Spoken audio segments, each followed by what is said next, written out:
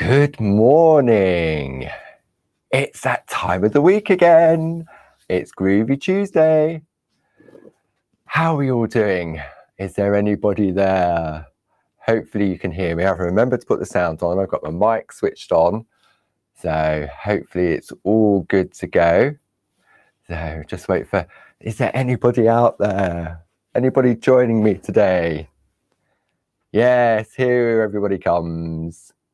Super duper. Good morning, good morning, good morning. A little bit early today. It's nice to be early. So there we go. We've got all clear from Jilly. Thank you, Jilly. The sound is good. And I hope everybody else is good. Here we all come. Good morning, Jill, Andrea, Hilda, Hazel, Ken. All the happy little groovers are in the camp today. Good morning, good morning. There we go, there's Chili and Jane.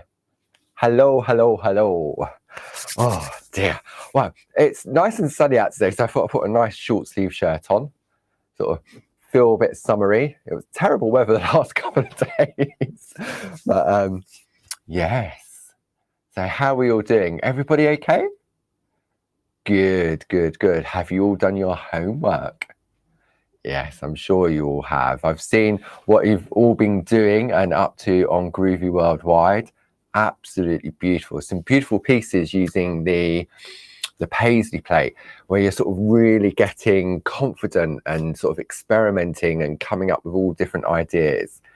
So, oh, it's cold and wet with Jane Telford and dull. Well, hopefully we'll put a smile on your face this morning, Jane. So that's what it's all about. It's all about crafting, being happy, staying safe, enjoying the moment. As Barb says, take each day as it comes, one day at a time. Absolutely brilliant. So, gosh, I can't believe we're on week, where's my little notes gone? Week 17. Wow. Doesn't time fly? I know I'm having fun, and I hope you are too as well. Beautiful, beautiful. So loads of people. Good morning, good morning. The sun in Argyle is, wow, but a big black cloud. Oh, don't worry about the clouds, Hilda. They'll blow away. Just keep focusing on that lovely sunshine. Yes, the sunshine definitely puts a smile on my face. So how about you? The weather can be a bit strange, can't it? So we've got lots to do today. Sort of, we're going to finish off our lovely bookmark. And did you hear the exciting news yesterday? Barb announced in the Shack that the lovely Linda Williams, technology permitting, the lovely Linda Williams will be joining us in our Groovy Tuesday. I'm so looking forward to that. And I think it's going to be great fun. And Linda's going to be really sort of delving into some beautiful white work. But we'll come up to that a little bit later. Don't want to spoil it and give too much away. Yeah, I'm really, really excited about that. And I think it's going to be brilliant. And we're going to see how it works with the dual screens. And yeah, with this new piece of software we have, what Jim says is there's so many different things we can do with it. And we had a bit of a play yesterday. And technology has its glitches, like it always does, but we think we've worked it out. So Jim's just got to sort a few things out for the lovely Linda, and fingers crossed next Tuesday Linda will be with us as well. So I'm really, really excited about that. So, oh, you missed out, Marion. Yeah, it was all the big announcement yesterday in the Shack with Barb via Camelot. So yeah, really looking forward to that. And I'm going to learn as well at the same time. So everyone learns. You're always learning at all different times, don't you? Because we do things and you think, oh, that's the way to do it. And then someone else will show you a different way. And you go, oh, that's an easier way. So, to have someone like Linda Williams in the building, well, virtually in the building, amazing. No pressure, Linda, if you're watching. Technology will work perfectly. It really will. Just don't touch any buttons. Okie dokie. Right, so where are we going today? I think we're all good to go. I think everybody's warmed up and ready. You've got your tea, your coffee, your water. Nice and chilled, nice and relaxed. I'll calm down now. I was just so excited about that news with Linda. So, yes, all good fun. Okay, so should we have a recap on what we've done over the past couple of weeks? Just so that if anybody's tuning in for the first time, you can obviously watch back on our previous episodes on our Clarity YouTube page. They're all in one place. So let's have a look. We're looking at the beautiful bookmark, and this was my sample I made to show where we were heading. And this is what I've been working on over the last couple of weeks. So I did my homework. I went in and I finished off all my colouring in. And I kept with the blues and the oranges because I thought it was really sort of, it's feminine, but it's also masculine as well. And when you combine it with the Antarctica paper, remember I said about choosing the backing paper before you start to colour, and then it just helps, because if you've gone all multicolour and then you've got to find a nice paper to go behind it, it can be a little bit difficult. Whereas if you choose your backing paper first, you can then use your colour palette, your pens or your pencils. And we looked at the different, we looked at the pencils, and we also looked at the Perga colours. Now, did you know we've got the Perga colours on our offer of the week? These are half price. So if you've been sitting on the fence with these, then it's a perfect opportunity. It's until 9 o'clock on Monday, and they're half price. They're about £12–13 instead of £25–26. And it's a beautiful rainbow of colours. I've got a few missing out of mine. I've obviously got them somewhere. And you've got 30 beautiful water-based pens. Now, not only are they perfect for using with parchment, because they've got the Pergamano brand on them, but they're also fantastic for your everyday crafting. So if you're stamping out and you're colouring in, the beautiful postcards we have available, beautiful for that. And we also looked at how we can tone down the colours. Remember I brought in the water brushes and scribbled out on the mix mat, and if you use the water brush dry on parchment, then you get a really nice soft tone as well. So if you've got the bug, then I mean, personally, I'd even, for me, at that price, I'd get a second set. And then depending if you've got grandchildren or the children, then these are a perfect gift for somebody as well, aren't they? So if you're interested in those, let's say they're the offer of the week until 9 o'clock on Monday of next week. Beautiful. Let me just show you the difference between the nibs, just in case you're not sure what I mean by double-ended. So if I come in on this camera here, and if I take that off of one end and that off of the other end, you'll see how you've got two different size nibs. So the white one is the fine, the super fine end, and then we have the bullet nib, which is for larger areas. So if you was working with your design and you wanted to get into these tiny little areas, then really the fine nib is perfect for that. But if you wanted to colour larger areas, like the letterboxes, then the larger bullet nib is perfect for that as well. And again, don't forget, you can scribble it out onto a mix mat.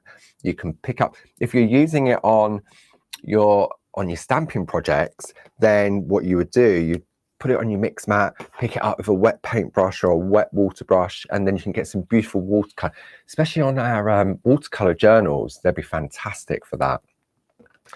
But again, they're perfect for your parchment craft as well. So that's what we was looking at last week. We put our words in, pop that to one side, and I finished my colouring in with my pencils. And remember when I was colouring in, if you remember from last week, I can just about remember what I did yesterday, let alone last week. Okay, is that when we was working on the back and I was colouring in, because for me, with the pencils, you get more flexibility in relation to if you go wrong. So what I was using last week also with the colouring in was the light wave panel. Do you remember? on how, if I'm going to bring in the light panel, if I pop that underneath there, this will probably really show up my bad colouring in there. Oh no, it's not too bad. But you can really see, with the aid of the light panel, I could go right up to the edges and get a really nice, let me see if I can zoom in a little bit. There we go. So with the assistance of the light panel and my blending pen, I could go right up to the edges. And I'm not saying you can't do it without, you can. But for me, it was a tip that I picked up from Tina Cox when colouring in. It was to have the light source underneath. And we've got these on offer as well. Bob spoke to me yesterday morning and said, oh, we got these on special offer. I'm going to show them in the Shack this morning. So I said, no, but we have now. So we've got the large one for those of you real addicts. And then you've got the mini one as well. So it's more portable. So if you've got the large starter kit or the small starter kit, we've got one of each size. So I just thought we'd have a look at that while we're talking about colouring in. So I thought what we're going to do today is we're going to finish off our little project, and I'm going to show you, let me just zoom out a little bit. There we go. We have choices like we always do with the Groovi system and the projects we're working on. We're going to do a little bit of Pico cutting. See, on this one here, I've just done a little bit in those areas just to allow the colour of the paper to come through. So I thought we'd recap on a little bit of Pico cutting, which we've done previously. And then we're going to assemble it, because trying to get a flimsy piece of paper and a piece of parchment into the bookmark sleeves can be a bit of a struggle. But there's a top tip that I got from Barbara on how to do that, which I will share with you later. And then once we've done that, what we're going to do, we're going to plan ahead a little bit, ready for next week and what Linda is going to show us. But we're not going to rush it. We're going to take our time, and I'm going to spoil you with that information a little bit later, because I think we need to just concentrate. Project completion, as Barb calls it. We're going to finish our lovely bookmark. So I'm going to have a sip of coffee because I've just been waffling way too much. Oh dear, oh dear. See, for me, Groovi really makes me excited because it gives me that sense of achievement quite easily and quite quickly.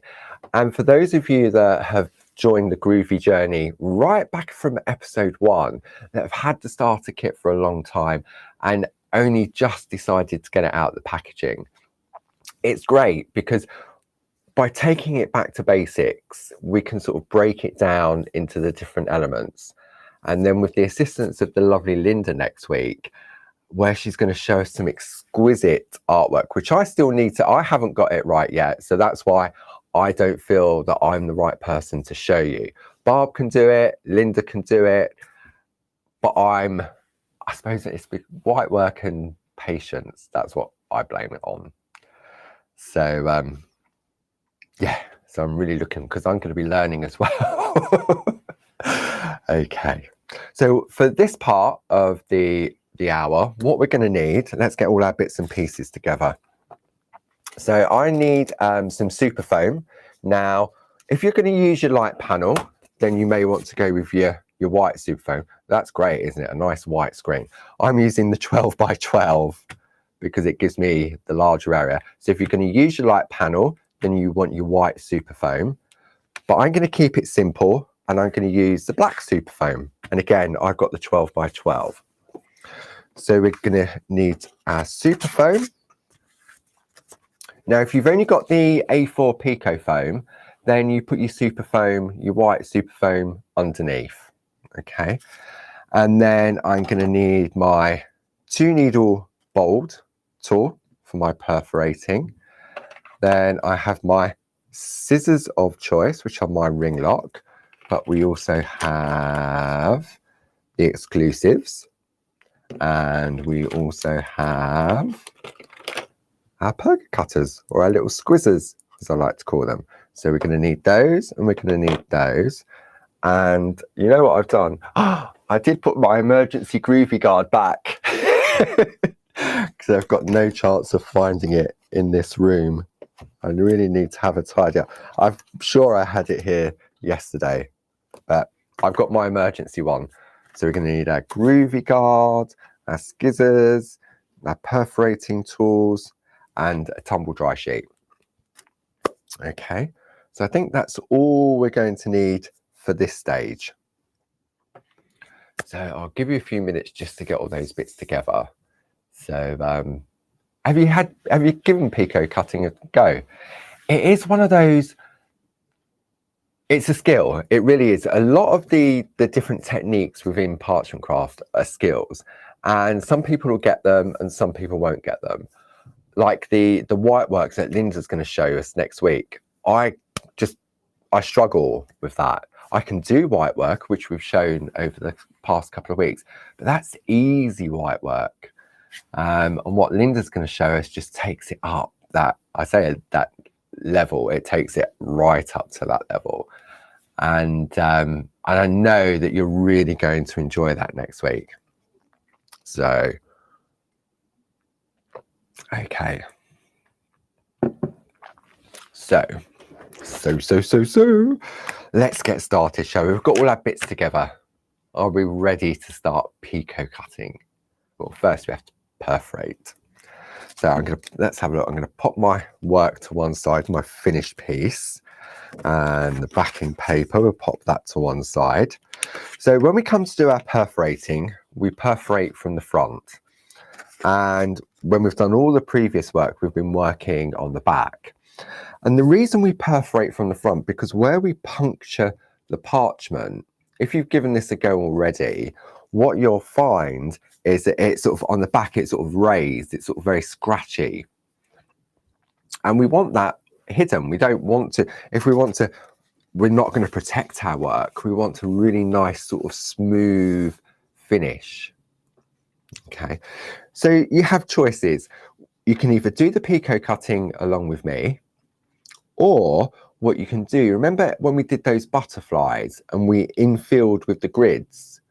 You could take the grids and you could infill the design as well and perforate or emboss, and you'd get another different look as well. But I thought just to sort of carry it over, we do a little bit of this and a little bit of that. And where's my little bits and pieces? He says, saying a little bit of this, a little bit of that. Where are they gone? I think I left them over here. Let me just grab those whilst you're admiring that. I had little bits that I was practicing on, didn't I? So I'm just rummaging through all my paperwork. Just bear with for a moment. Ah, yeah, this is what I was talking about. Yes. So let's have a look. Grab my grids. Okay, this is what we was talking about here. Remember where we did the patterns inside the butterflies? So you can do that if you choose to using the grids. Okay, so if you got to that stage and you think, oh, I've really enjoyed what I'm doing and I don't want to ruin it by Pico cutting, I still haven't mastered it, then you can use this to infill. Okay, so like for example on this one here, this is my practice piece. So if you wanted to do a little bit of infilling, I know I digress slightly, let me just bring that into play just to, for those of you that don't want to do Pico cutting, if I take my plate mate, pop the grid, so we've got them in the normal size and the mini size, and then what we can do working on the back, tape it down with a Groovi tab to stop it moving around. So if you want to emboss, then let's another Groovi tab.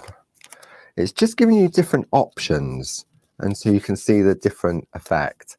And then if I take my number 2 tool, and we're just going to emboss into those. Remember exactly what we did with the butterflies.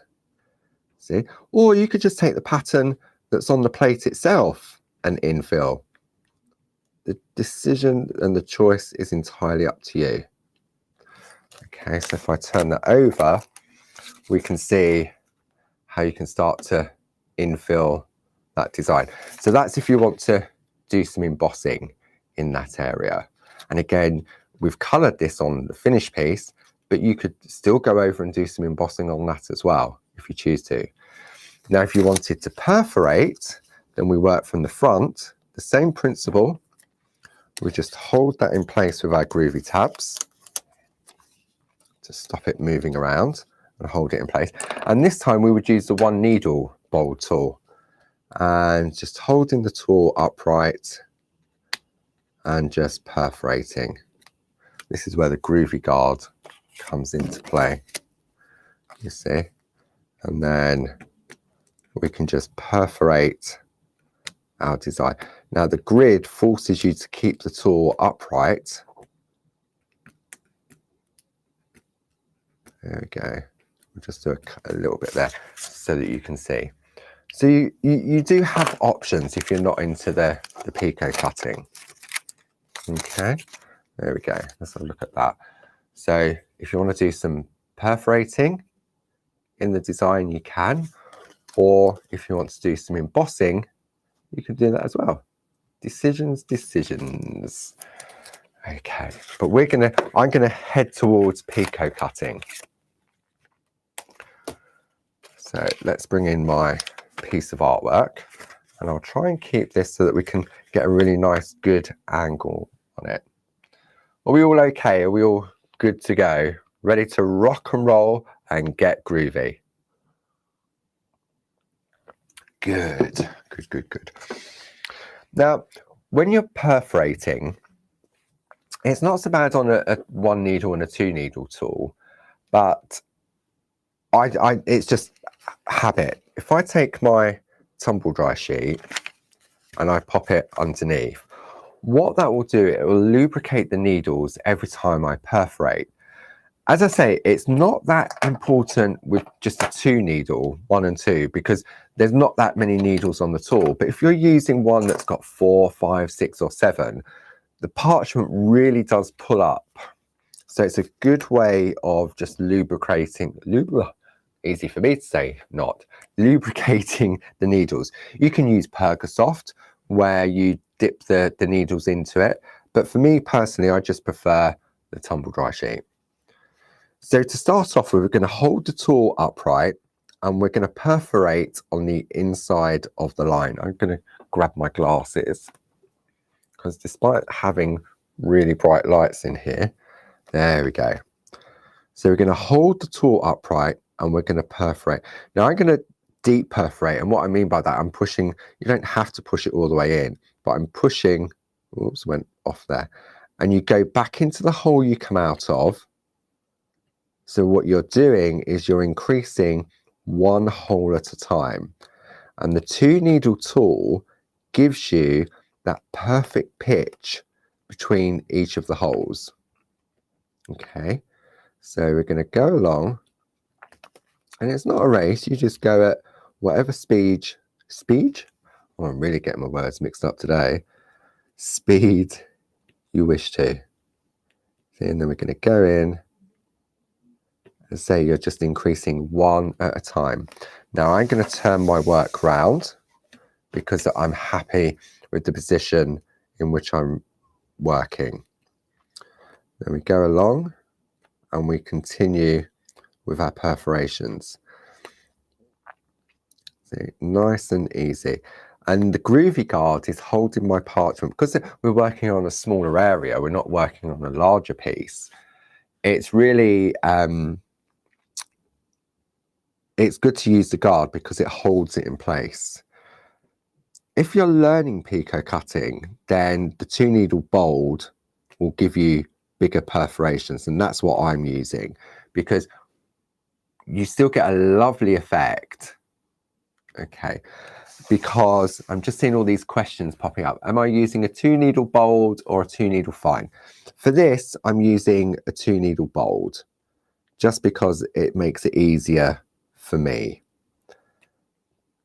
And as you get confident with your Pico cutting, then you can then move down to the 2 needle fine and you'll get a finer looking Pico cut. Okay, and then there. So we've perforated that one. Okay, and then we're going to swap around. Now what you'll find is that it will catch on your tumble dry sheet, so just be careful when you lift that off. And then we're going to do the next one. So again, Groovi guard in place, and then I'm turning my work so it's more comfortable for me and so that I can see where I'm going as well. And we're just going to carry on. Even just by doing the perforating, that you don't have to Pico cut. Who says you do? Nobody. It makes a really nice design on the inside as well. You see? And then we just go around, and I'm just turning the tool slightly just to go around those curves. Okay. Nice and easy. And we're just going to go along and then turn it around. Can we see that? Okay, yeah. Hopefully that's nice and clear. Just try and keep away from the edge. You don't want to come in too far because it will look a little bit strange. But you don't want to go too close either because it will disintegrate the white line that we've embossed. Okay. And then we go down. So that's my perforating done. So if I hold this up, just carefully remove that. So now if I hold that up, we can see where we've done our perforating. Okay. And it's the same on the other end as well. We all good with that? Wasn't too bad, was it? It's nice to do small areas just to get the confidence. I've already had a warm-up and I've done mine on a practice piece. But horses for courses, everyone sort of, you decide what works for you, whether you need to have a warm-up or whether you're better off going in cold. It's all about just getting confident. It really is. Okay. I've just seen little questions popping up and down. So, okie doke. Can I zoom in a little bit more? Of course I can, Sue.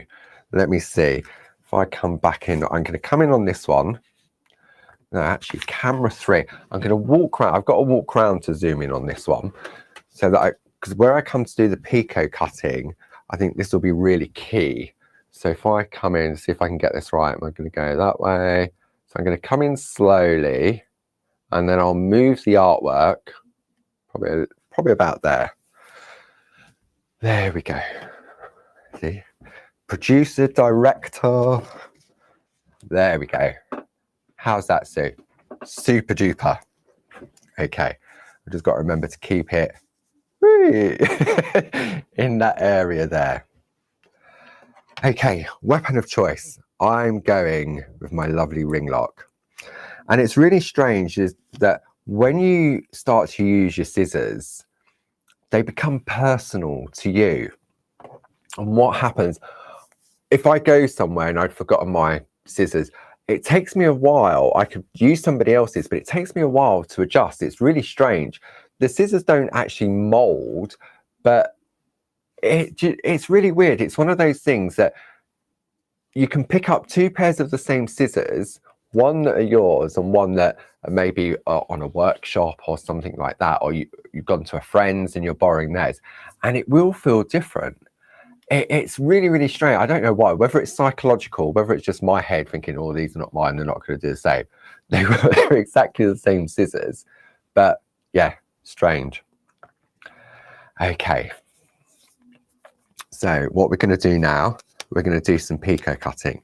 So if you're new to Pico cutting, what we're doing is this bit here in the middle is going to fall away, which is what we call the waist. So the body of your scissors will always be over, excuse me, the waist area. Let's see if I can turn it this way because my hands will be more comfortable in this position. And the point of the scissors are pointing towards the line.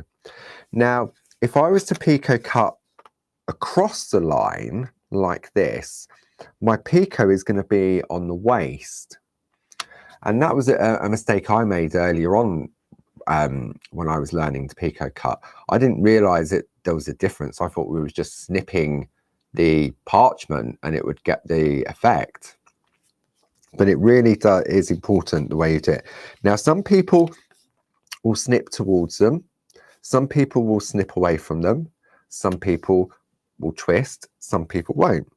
So if I take my Groovi guard just so I can lean on, what I'm going to do, hopefully we can see this, I'm just popping the tip of my scissors in.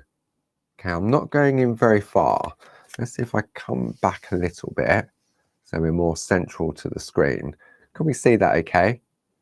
Everyone happy with that? Good. Okay.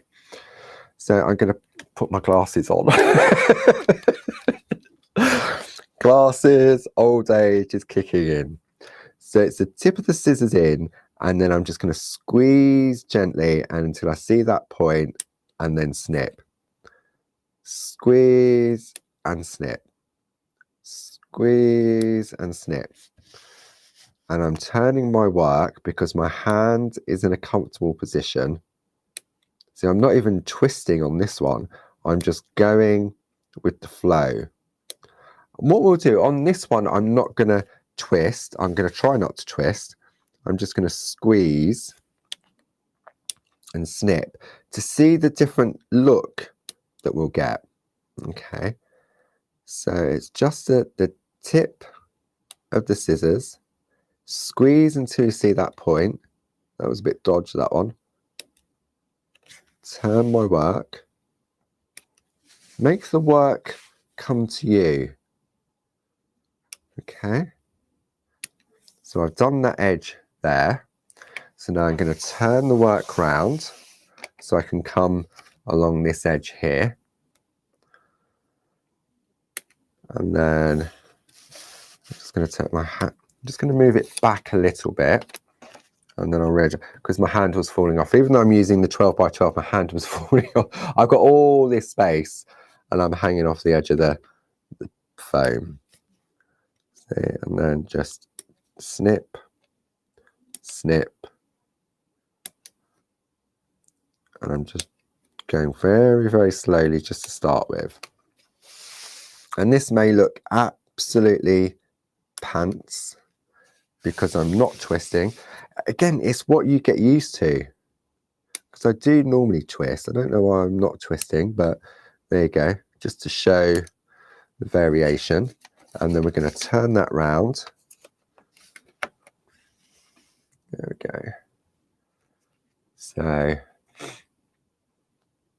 let's have a look. And then we're just need to turn it. It's funny, your hand feels comfortable in a particular position. And if your hand is comfortable, then you're going to enjoy it more, aren't you? If your hand is feeling uncomfortable, then I think that would reflect in your snipping as well. Okay. So let's have a look. If I caught all of that. There we go. So I've done... Where are we going? Back a bit. There we go. So that's my... There's a couple of dodgy ones there. But in the whole scheme of things, you're not going to be getting a magnifying glass up and really going in and going, oh, that one's not right. Are you? Hopefully you're not. So let's have a look at the next one then. So if we pop that just about there. And then this time, I'm going to twist as I snip. And we can have a look at the difference. So I'm going to go in and then tilt the scissors towards me. Okay. And then as I tilt, I snip. But as I tilt, I'm sort of squeezing the scissors to see that Pico point. Okay. Now, I know a couple of ladies have been asking about the 2-needle split. I need to have a play with that. I've never used it myself personally, so I need to have a play and have a conversation with the lovely Linda to see what the right way is of using that. And what we'll do is over the next couple of weeks, then I'll do a little bit of a lesson on the 2-needle split to see, but I've got to master it myself first, if that makes sense. So don't think I'm ignoring the questions. It's just all about just finding the time and having a practice, just like you at home. Okay, so we're going to do the final, coming in for the final home run now. So it's just, but again, see, the Groovi guard again is really good because we're working on a smaller piece. Then it's great for holding our parchment in place whilst we do our cutting. And you need to have an emergency Groovi guard in case you can't find, it's like those break glass in an emergency, isn't it? I keep this one in an emergency place so that I know where to find it. I just need to remember to pop it back. Okay, so there we go. So now we've completed that one there. So that's the one where I've twisted. Okay, and then this is the one where I didn't twist. So there is a slight variation on it. I suppose for me, I find I get a nicer result by doing a little twist. Okay. Very, very, very therapeutic.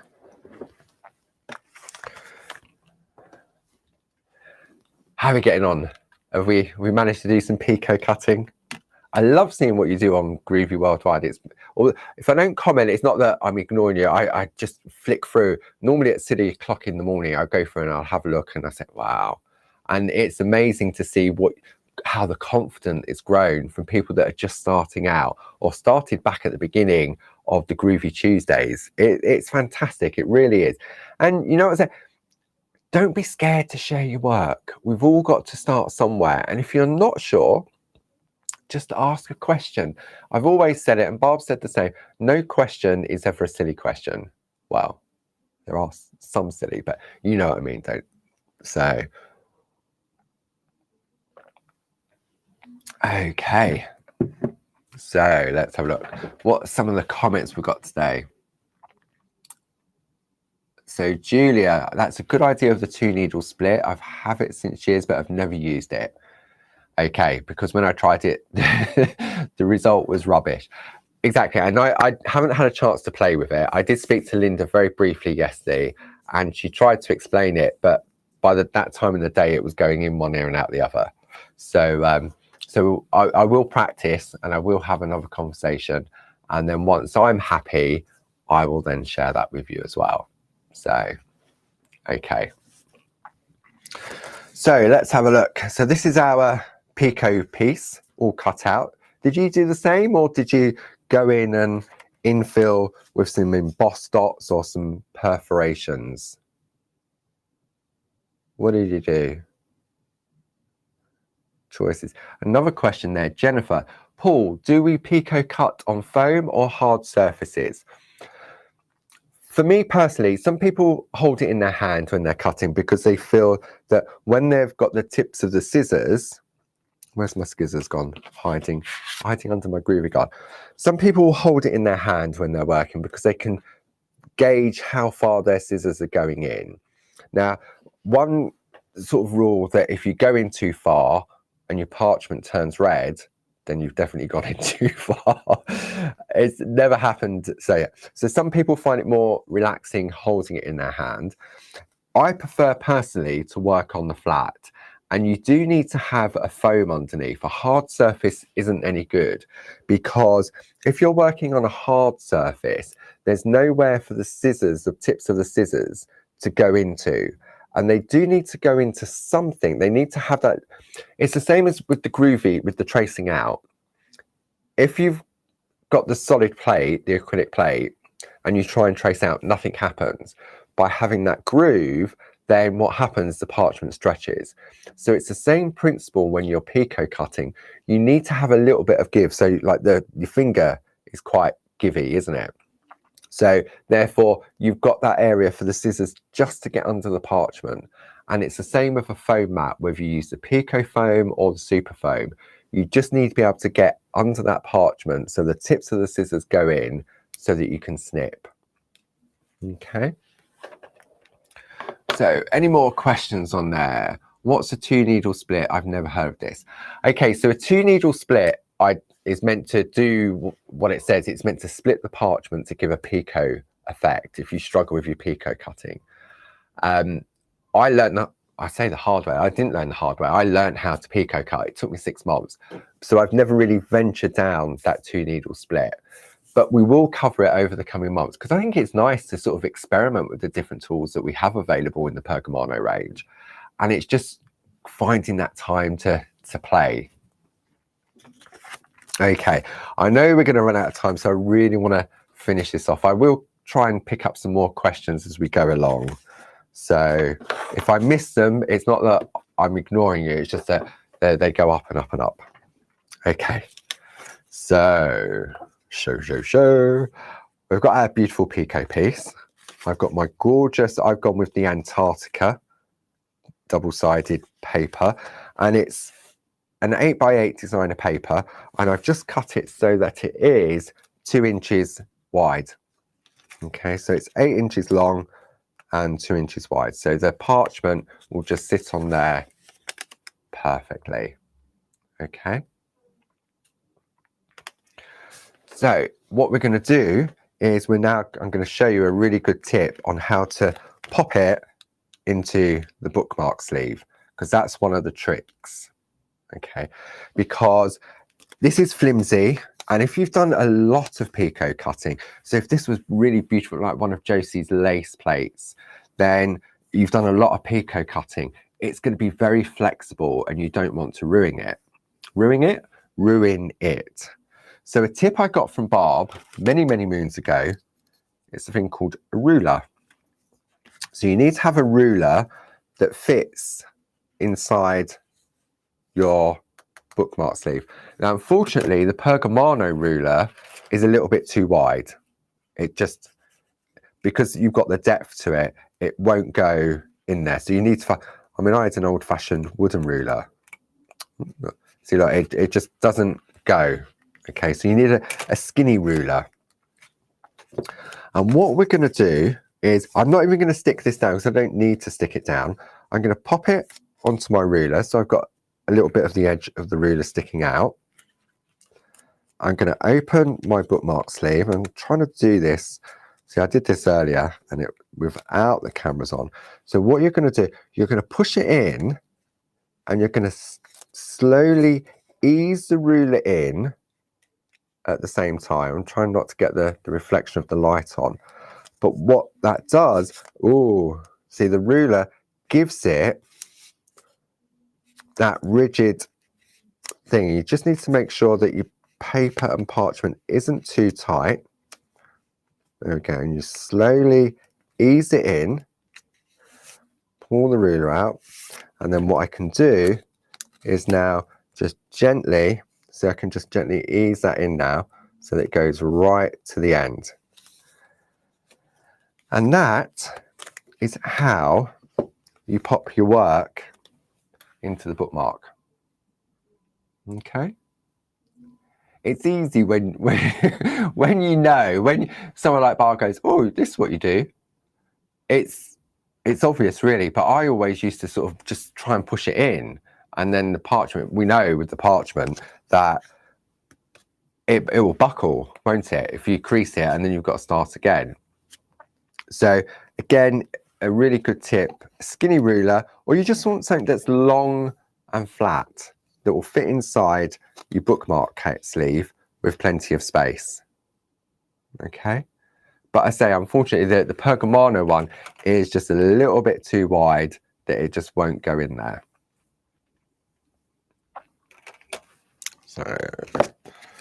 So that is that project completed. So I can't wait to see on Groovi Worldwide all your finished pieces, whether you've done a bookmark. This could be a beautiful border just on a card. It doesn't have to be a bookmark. It could just be down the edge of a card, just very elegant. We could have the designer paper larger and it just goes down the edge. Remember we showed how the verse doesn't need to be, where's that gone? Let me go to the overhead so I don't look silly looking for it. Oh yeah. So you can go with your verse that way. So it doesn't have to be landscape. You can have it portrait as well. It all depends on what you want to say, if you want to say anything. Okay. So how we do, wow, 22 already. Okay, right, this is the fun part now. And breathe. What we're going to do now is we're going to create a basic design ready for next week. And let me just show you. I went through the art boxes and I found, because I struggle to do this. Oh, struggle to speak. I struggle to do this type of white work because I'm impatient. And I know a lot of you a lot of people watching have requested this. How do we do this? How do we do that? We've only ever done white work where we've completed full areas. Okay, so for example, where we've done the white work on the bookmark, this is all completely white. There's no depth of shading or anything like that. Okay, so what Linda is going to showcase over the next couple of weeks or next week is this effect. You see how you create the illusion of a vein within a leaf or a petal or a shape. Okay, so this is a piece. This is Linda's artwork. I found it in the cupboard, and it shows how you gradually build it up. But what I always struggle with is leaving that central area. Let me bring it in on this camera. I always struggle of leaving that area black or grey, and I get carried away. And before I know it, what happens is I've done the whole petal or the whole leaf. So Linda's very kindly offered to join us in the Groovi Tuesday Shack next Tuesday and show us how we can create this. And we're not going to complete it all in one session. Absolutely not. Because it is, Linda has been shouting at the screen. She's saying it takes time, it's patience, and I want to learn it as well. And it's something that I struggle with. So I'm in no position to sort of try and show you exactly how that works when we've got the beautiful Linda Williams that can share that information with us. So what we're going to do is we're going to create a blank, okay, to create, so we've got something to work towards. Now, depending on whether you've got the small starter kit or the large starter kit, we can complete this together. Okay, and there's a couple of tips, and I'm going to take you through on the small starter kit for those of you that have got the small nested squares, and the larger starter kit so that everyone can take part, because I think you're really going to enjoy, I know I'm going to, and you'll get so much out of it. And we'll practice. When we come to do it next week, we'll do it on a practice piece. We're not going to go straight into our work, but at least if you see where we're heading, then it'll give you an idea and you think, oh yeah, I like that, I want to give that a go. It's pattern building using the beautiful paisley plate, and then you can decide whether you want to replicate that pattern or the design, or whether you just want to take the design on its own and just do that as a piece. It's entirely up to you. So let me show you what I'm waffling on about. Okay, so I've got my little bits of prep here just to show you. And they do look slightly different because the nested squares are different on the two starter kits.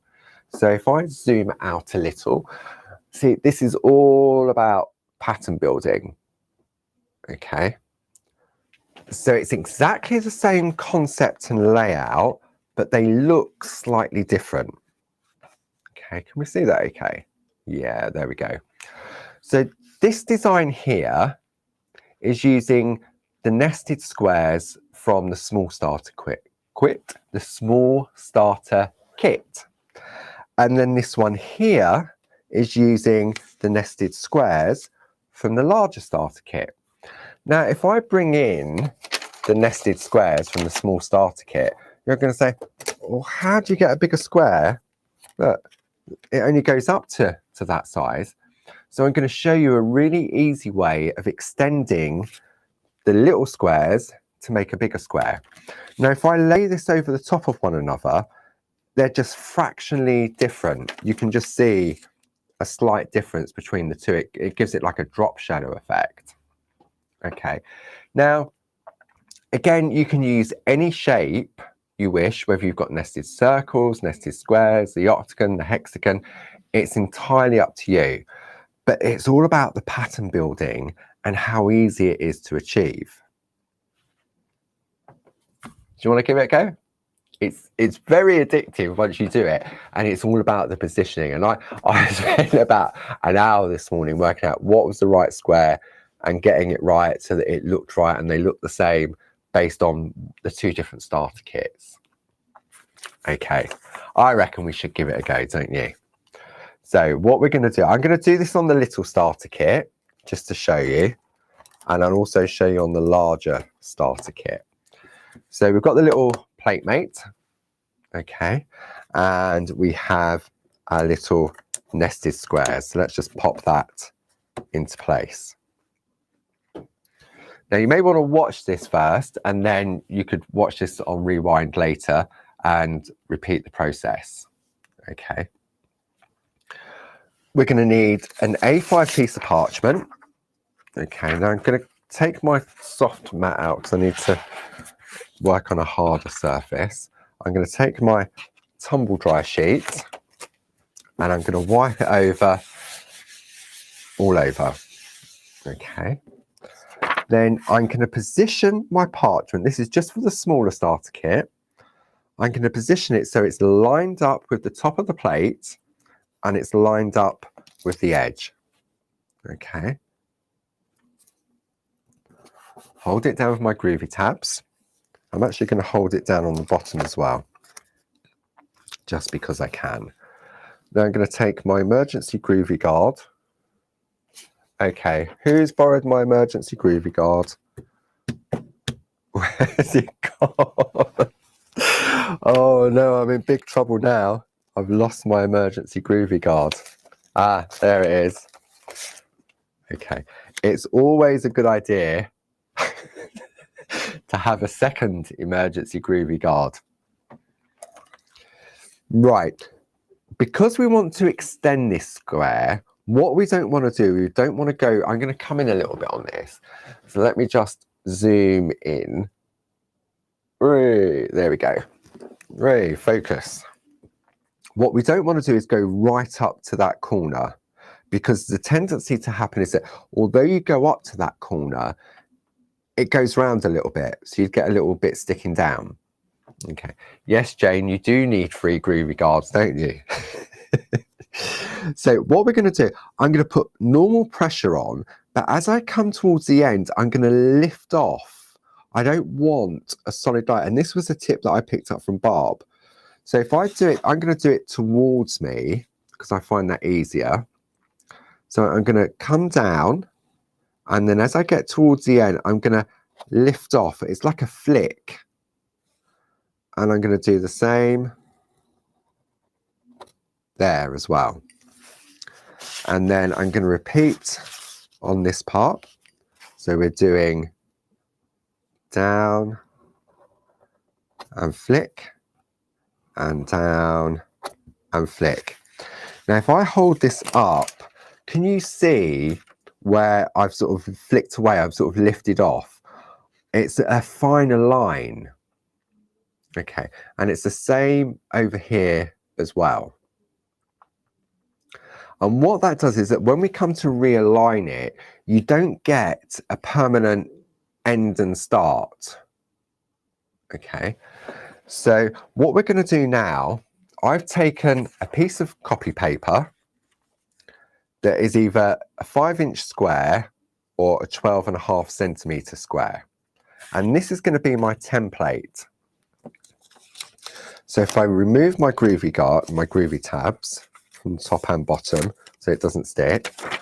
I'm going to hold that just on the parchment, and then I'm going to slide it along until I see the first line.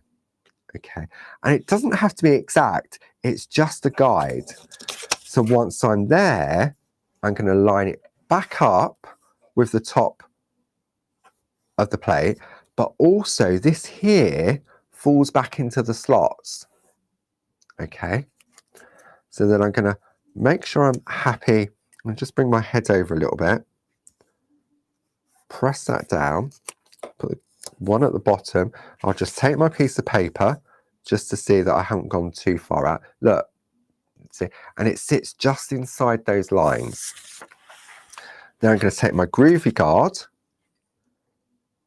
and then I'm going to continue that line down there. And now you can't see where they've joined up. I'm going to come round here, and we're going to do the flick again. So it's down and flick off. Flick off? Yes. Flick away. Flick away. Right, okay, that could have been dangerous. And then we're going to flick as we come down. Flick. Okay, and we can see now how we've got that fine point. Then we're going to turn it round. We're going to repeat the same process. I'm going to take the Groovi tab and pop it up here. Now I know, because I've done this several times this morning, I'll use the piece of paper, but I know that this edge of the parchment is lined up with the edge of the plate, and I'm going to tape it down just to show you, but I will show you with the piece of paper just to prove what I'm saying. If I take that, see, I just need to come over a little bit because I can't see that little line. I just need to come over a fraction, but it's near enough just there. There we go. And then you just feel it go back into the grooves there. Okay, just test it with your little template. That's it, perfect. Okay, then it's going to come round, down. Then we're going to come down, we're going to do the flick again. And flick. And now, because we've got the two sides, this is easy because that slots into there, that slots into there.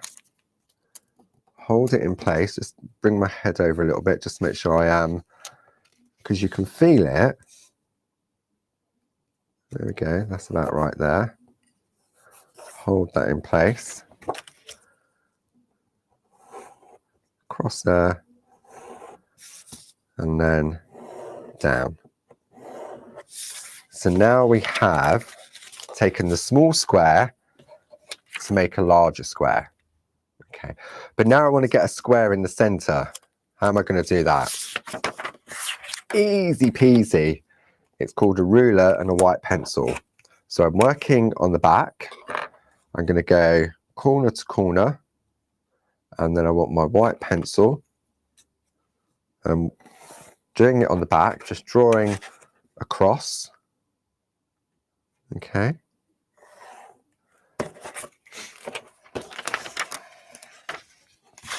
Bring that back into play.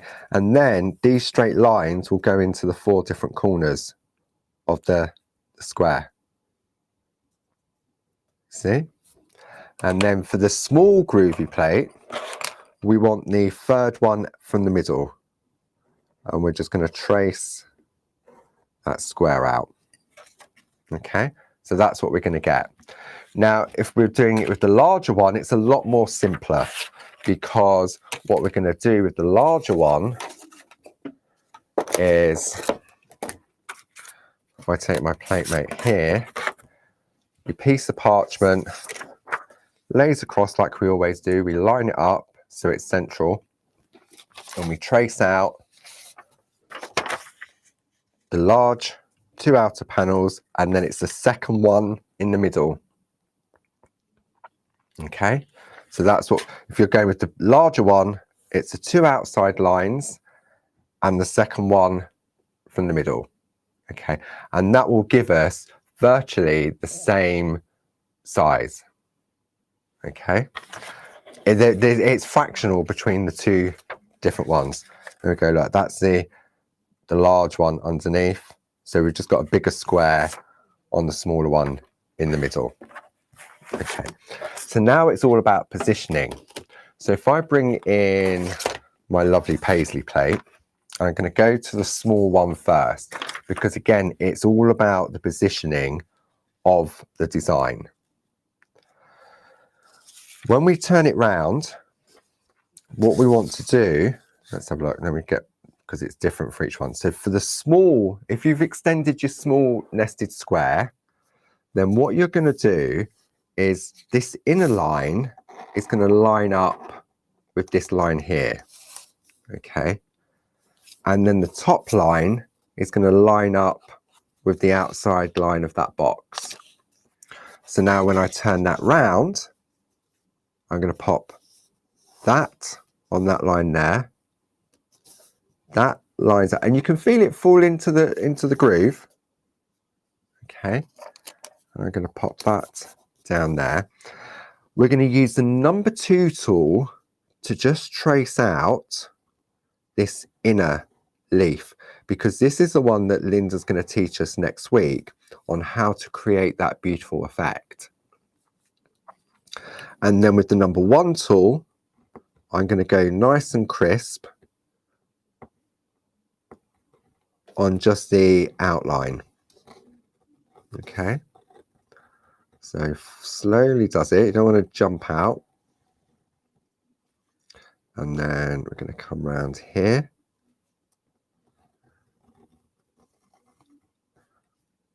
And just complete. We're just completing the outline. That's all we're doing. Okay. So this is what we're gonna do. So just to recap, if you're using the small nested squares that you've extended, then the inner line is going to line up with the edge of this box, and the top line is going to line up with the inner part of that box. And what you do is you swing it round and you do all 4 of them. And what that will give you is this.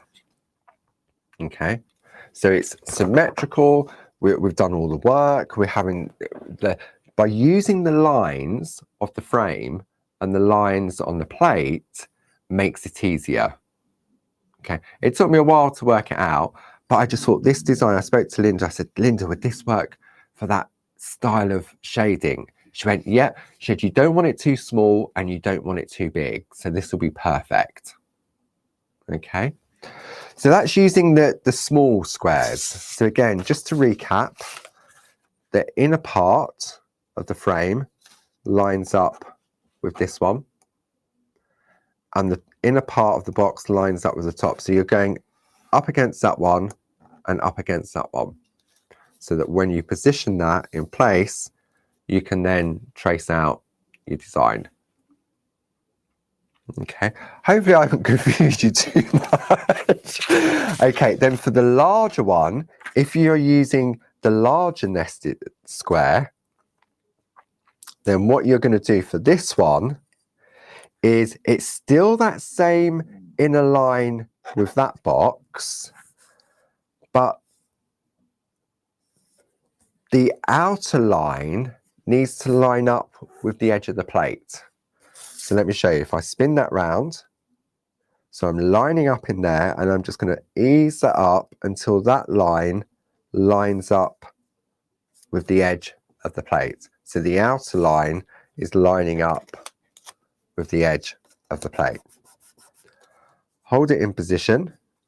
Again, the number 2 tool to trace out that particular design.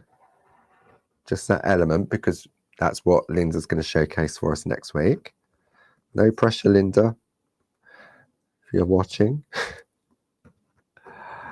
Linda is a fantastic teacher. Her voice is so calming and relaxing. And she's got so much knowledge. It's amazing. Absolutely amazing. See? And then we're going to complete that so that once you've done all 4 sides, you're going to end up with something like that. Okay. So just to recap, if you're using the large nested squares, see, like I wrote on it large because there isn't much in it, you're going to line up the inner part. So if I do this slowly, then you can watch it on rewind. And then the outer line is up with the edge. I mean, you know what? If it's not perfect and it's not exact, who's going to know? Really? And you're using the straight line down here as your guide. And then the outer line goes up to the edge of the plate. Trace it out, spin it round, and do that 4 times. Okay. And for me, that's pattern building. And I love it. So that's the large. And then I'll just recap the small one once more. So the small one, the inner line is on the edge of this second box and the edge of this box. Okay. Nice and easy. It is easy, honestly. It's not, it may look difficult, but it isn't, because just try it on a piece of parchment, and if it doesn't work, keep this, and we can use this to practice that technique that Linda's going to show us next week. So don't throw it away, keep it. So it's all about, we kept it nice and simple for the bookmark, and we've kept it nice and simple with, I mean, this isn't difficult. It's just about just getting your head, but using the plate to guide you to make it easier so that you can repeat that design.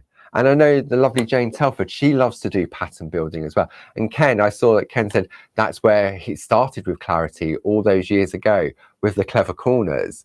And that's where I started as well. That pattern building of just ink stamp, turning it around to create it. So I love that type of thing. And when you look at the designs on this plate, you can do it with all of them. It's just about getting that positioning right and that guide. And once you've done it once, then it's easy to replicate. It really, really is. So for next week, what we need to have, if you want to join along, is to have a completed design like this. And this is the key element for next week with the lovely Linda. Okay. And it's all about, this is where Linda's really going to focus, and we're going to have a look at this beautiful, I call it like faux effect veins or lines, but it really gives that depth of sort of light and darkness. Okay. So if you don't want to do this particular card itself, because we will be working with this, then just trace out this design itself, just exactly like that. But remember to do this one in the number 2 tool. Okay. Hope I haven't scared you all off now. But I thought, you know what, let's do something a little bit different, because with this plate, there's so much on there. And when you look at the designs, and we're going to showcase this on TV next month, this plate. And when you see what the design team have done it, if you haven't got it by then you'll definitely get it then. So I hope you've enjoyed that. I hope you've picked up a couple of tips and tricks, maybe just how to put the finished piece into the bookmark sleeve, how to maybe look at the Pico cutting again. If you want to see how the colouring was done, then you can watch last week where we did that. And don't forget, we've got the Perga colour pens on special offer. What else have we got on the list? The Wigig. Oh yeah, the Wigig. When it's gone, it's gone. Special offer. If you buy anything and you spend over £30, you automatically get Barb's gorgeous Toscana papers. So this would be great in the back of a bookmark with purples and lilacs for colouring in as well. So I hope you've enjoyed that, and I hope you'll come back next week and join myself and the lovely Linda Williams. I'm so stoked and excited about that. Until then, stay home, stay happy, stay creative, and I'll be in the shack with Barb tomorrow at 10 o'clock. So if you've got any questions, just give me a shout tomorrow and I'll try and answer them. Big thank you to the lovely Jilly, who's been helping you out with all the links to all the different products. And I really look forward to seeing you next week. But if I don't, otherwise I'll see you tomorrow. So take care, stay safe, and enjoy the rest of your week. Bye-bye.